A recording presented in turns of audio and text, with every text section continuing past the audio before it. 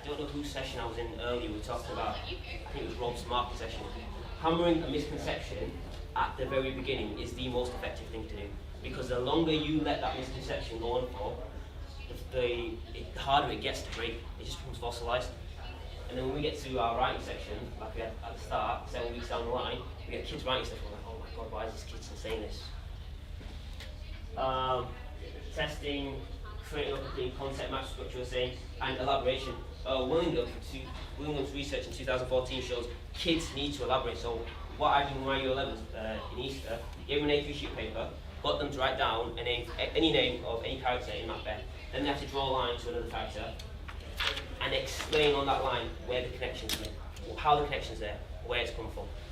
By building on those connections, they can start to essentially communicate to you what they can show you their depth of knowledge. So if a kid says to me, Macbeth is related to Banquo because they're best friends, I'm like, not great. Macbeth is related to Banquo because he acts as a foil, that's getting better.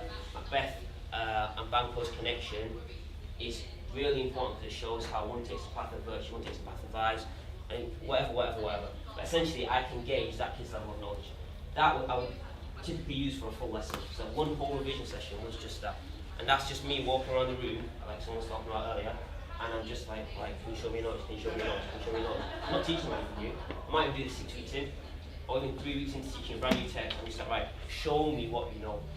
And I won't even go into lesson, teach for 10 minutes and then say, show me. Just off the bat, show me what you know. Because that tells me what they can actually recall. That's the stuff that's stored in their long-term memory. That's not to say you've not taught them it, it's just not stored in their long-term memory, which we'll go through in a moment. Knowledge dump, which is a really good exercise for what I do now. I use this to do now. Like if I'm late and I'm having one of those mad days where I'm sorting out cover and doing everything else, and I'm late to a room, I just quickly walk into a room, type something in a Word document, and that's it. Write down everything you know about a text, whatever it is, inspect a course, just whatever. Get them to do it for 3 or 4 minutes. That's what I can do now. The kids are quiet, and then I can, like, in my head, like, what am I doing with these kids today? Using flashcards to self-test, I'm sure we all do that in terms of quotations, and dual coding storyboards. Dual coding, I'm going to do it in this session. Essentially, you've got some text, have an image next to it. So, actually, I'll show you. I'll give you a good example here. This is a quote from Animal Farm. Those are cues.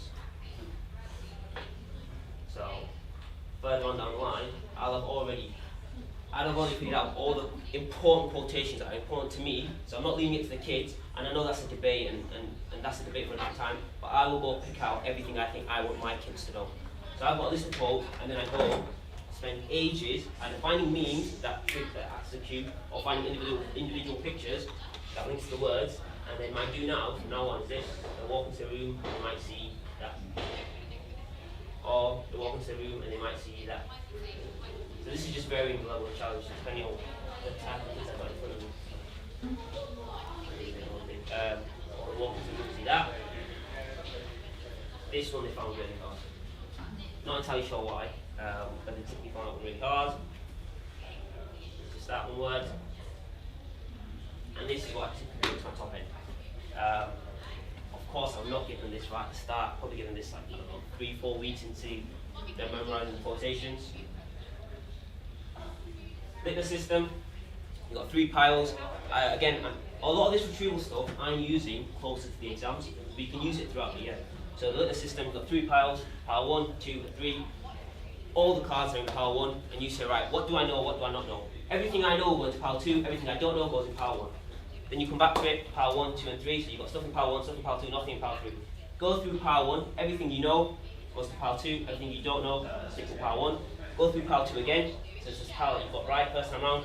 Go through it again, everything you get right for a second time, so you know it's not a fluke, because you clearly know that stuff, goes to pile 3, you never touch it. Everything from pile 2 that you got wrong goes back to pile 1, and then just flicking through their information. I found that works really well with my bottom end, doesn't really work with my top end, because my top end typically fly through it all. Because the factual knowledge of text is really good, it's just the application. And there's some of the benefits of retrieval, just in case some people have doubt.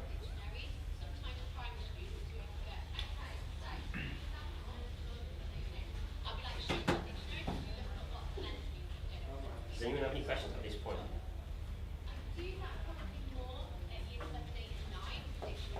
One thing someone said in a session earlier is asking kids, or do you all understand this? So it's almost like what I did with you, but bringing it to a concept. So essentially you're asking the kids to identify the misconception. If they could identify the misconception, there wouldn't be a misconception. So a lot of schools, and we're guilty of it, we use a thing called prisms. Just looks like a Toblerone, green, yellow, red. If they're stuck, you can't really work, they're on red. If they can kind of do it, they need some help, it's yellow. And if they're good to go, it's green. And we'll ask them questions, and then they turn their prisms, and we're supposed to react to it. But that data is skewed naturally because they don't know what they don't know. So I'll say to them, do you know what act Macbeth has Banquo